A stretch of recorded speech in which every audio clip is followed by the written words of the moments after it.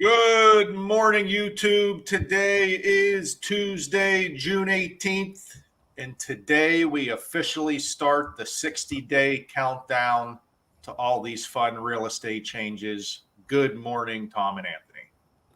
Good morning. Morning, host. How's everyone doing today? Anthony, I was talking to you yesterday. I think a microburst hit outside your house as the pole floaties went everywhere. How are we doing in the North Hills today? We're doing good, man. A lot of people have power out, man. Mine's not out. If it was, I'm still special because I have that generator. Mm-hmm. So I'm good to go there. But tree fell on the neighbor's fence. And this guy got the worst luck in the world, man, when it comes to trees. Trees keep falling in his backyard like they're supposed to. It's like you must have carpenter ants in there or something. I don't know. They're the neighbor's tree. And again, if a tree falls on your property and it's not your tree, it's your responsibility. So it's very unfortunate. Really? Yeah. I actually had to call my insurance guy just to verify. I thought it would be on the other homeowner that their tree fell. You can't cut the tree down if it's not on your property, but if it falls on your property, it's your responsibility. Tell me that's not a crock. That's wild. That'd be a fist fight with me and my neighbor. Yeah. Yeah, because you're going to have to claim it on your insurance, and then your premium's going to go up. He's going to be sitting fat and happy over there watching the guys cut it up. Dang. Thomas, how are you? Congratulations on the big U.S. Open victory. Yeah, we got to love it, BDC, baby. We called that one last week, so hope you all were listening to the podcast. So you got your picks in and you're rich. Yeah, that was a nice one. Congratulations. But good weekend, hot week, I guess it is. So everyone, when I was a kid, this would have been an ozone action day. Don't tap off the tank, right? Somehow putting that little extra click on the gas was like the worst thing you could ever do for the atmosphere. Never really understood that one, but hey, just let the gas go. You don't need that extra 5 cents today. Ozone action day. No comment, but it is hot. It is hot as hell here in Pittsburgh. Yeah, I think it's hot everywhere this week. But hey, it's almost summer. Don't forget, not summer yet. Not summer yet. 3 more days. But they were calling it a heat dome, and the hottest heat dome in the last 30 years, supposedly. I saw the heat dome. Very weird that all these new meteorology tools and facts have popped up out of nowhere. We got more terms now than I've ever heard of. I feel you can't listen to the meteorologist anymore. Sorry if any are out there listening right now, but they said severe T-bangers last night at my house and it barely rained. So seems to be they don't know what they're talking about. Well, Joe DiNardo was the one and only guy that I'd ever listened to. Moon famous. That's true. But getting into this, the talk this week and probably the talk the next couple weeks is the 60-day countdown here to any changes that are coming in the real estate industry. If you're buying or selling a house, you may already see it because it's slowly moving in and transitioning in. But the new rules don't go into effect officially until middle of August. So we're going to be here trying to give our 2 cents along the way, how to help buyers, how to help buyer agents through this process. We're not for listers. We're not for the sellers. We want the buyers to be able to understand what's going on and how to help their pockets. We all know everyone listing, they all got that equity. They got crazy amount of equity. We can't let them be too greedy in this process. We need to make sure the buyers get their fair share, but we also know that it's not quite the buyer's market out there. So sellers kind of rule supreme at this point. And that's something you have to take with a grain of salt. But if you've been living under a rock and you haven't heard of any of this, maybe you just decided you were going to buy a house. Since the dinosaurs roamed, I think is when this all started, commission has always been paid by the seller for both buyers and sellers in a real estate transaction. The seller paid the buyer broker. They decided the listing agent would decide to split a portion of their commission with the buyer broker. So as Anth said, as we all have heard, prices of homes have always included the full commission for buyers and sellers. I don't know if that was widely known by the public, but that's how it's always been.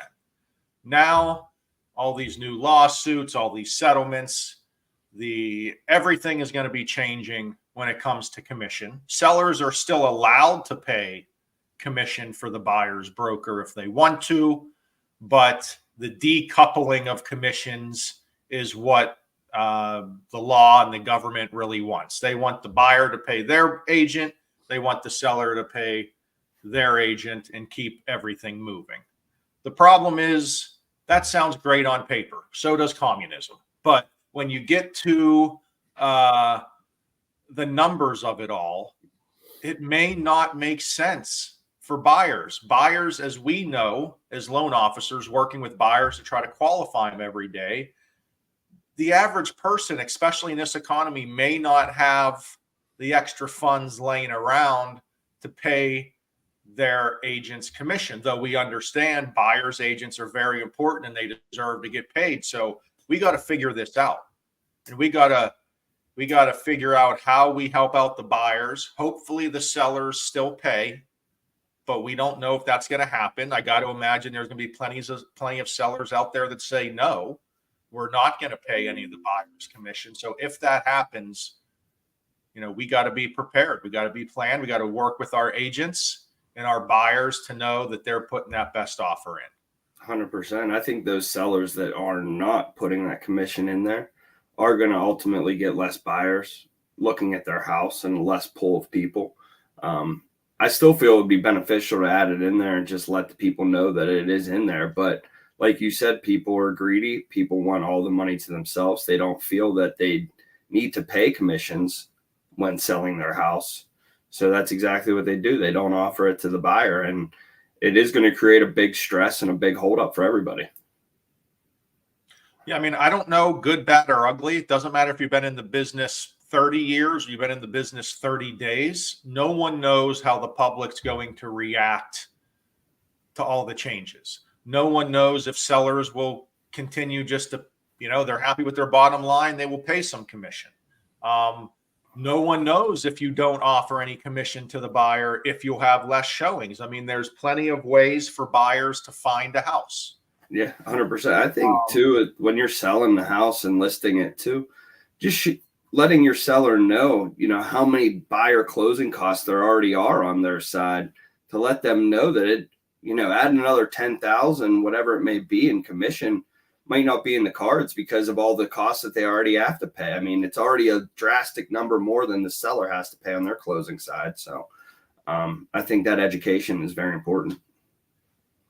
Yeah, I mean, Anthony, you can throw your 2 cents in too. I think not offering commission, if it's even known, right, that's still a big question. Will the public be able to see if the seller's paying commission or not, or do you have to get in negotiations to find that out? We don't even really know that question yet.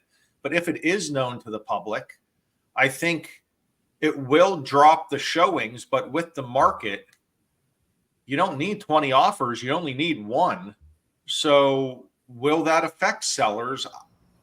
I don't know yet. Yeah, I mean, here's the thing. I mean, the one thing that could happen, and I know it's been talked about, is, if somebody's not going to show a property, I mean, a lot of the times the buyer's usually seeing the property before anybody else, online or what have you, with all these, sites that they have available to them at the click of their phone, but in the same token, if the buyer's not going to get shown the property for any reason, what's stopping them from just going straight to the listing agent and saying, right, hey, I'll work with you, but this is what I want. I think there's going to have to be a lot more conversation with the clients up front as far as what the commissions would be and how that's going to affect them on the financing end. I mean, it seems like every offer is going to be its own cup of tea right now. Like before you put in an offer, agents kind of went over the process and it was going to be the same process no matter what house you put an offer on. Where now, you may say, hey, this is a normal offer. This is how it's going to work. You don't get that one accepted. You go to a new one. Hey, now things have to change up. Here's how we have to do this. You know, are you going to pay some of the commission? Are we going to ask for it? I mean, hey, if sellers stop paying real estate commission, I better start seeing drops in prices. Because if I was told all these years that the price included commission, if they're not paying commission, that's just greedy at that point. And then ask for it in seller assistance. Then get it in another way, put it in your offer, because sellers shouldn't just get to keep an extra 3% over this. No, 100%. And I hear it all the time. Listing agents tell me, oh, I don't work with buyers. I don't work with buyers. I hope those listing agents are the ones that are going to be offering that 3% buyer commission, because they keep telling me they don't work with the buyer's side. But if they're not offering it, they're going to have to. In me personally, again, the beautiful thing of a free market is the market will figure itself out. It's not that real estate agents are going anywhere or they're not needed anymore. They're probably needed more than ever with 14, 17, 20-page contracts. But the market will figure itself out. But the way I think about it is, if you have a listing that shows 0 to the buyer side, the buyer's agent roles may just change. Maybe a buyer's agent doesn't show up to write that offer until the buyer's more serious. You know, maybe the listing agent has to show that house 200 times because their seller doesn't want to pay any buyer commission. So it's their job to show it. Anytime a buyer wants to see it, you better set up your tent in the front yard, listing agent, because everyone that calls, you're going to need to let them in, because a buyer's agent is being told that they're not being paid a commission unless their buyer can pay it on this transaction. So maybe the buyer's agent role changes a little bit. Maybe listing agents have to show the property more often. This is the whole thing. I don't think anyone knows what's going to happen, but we want to make sure buyers are here to understand what their rights are, what they can do to keep their costs down. Because like Tom said, I don't think every buyer out there has an extra X amount of $1,000 to put towards commission and still be able to afford their house in this economy. Yeah. I mean, certain people have it, you know, they have the funds to do it. And certainly they have been doing it over the course of the last 2 years on a multiple offer, paying the commission already. It's already been happening. For sure. Since COVID, Tom, I mean, when COVID started happening and we had appraisal gap differences, I mean, if you talked to me and said, hey, would someone in Pittsburgh pay a $30,000 appraisal gap to still get the house, I would say no chance. No chance someone would do that. And we saw it in COVID every day. So there's absolutely a faction of the public that this won't affect. Maybe they'll lower their down payment. Maybe they'll just say, hey, this is the cost of doing business. But for the average Joe, I don't know if... I would say 75% of the population is that average Joe.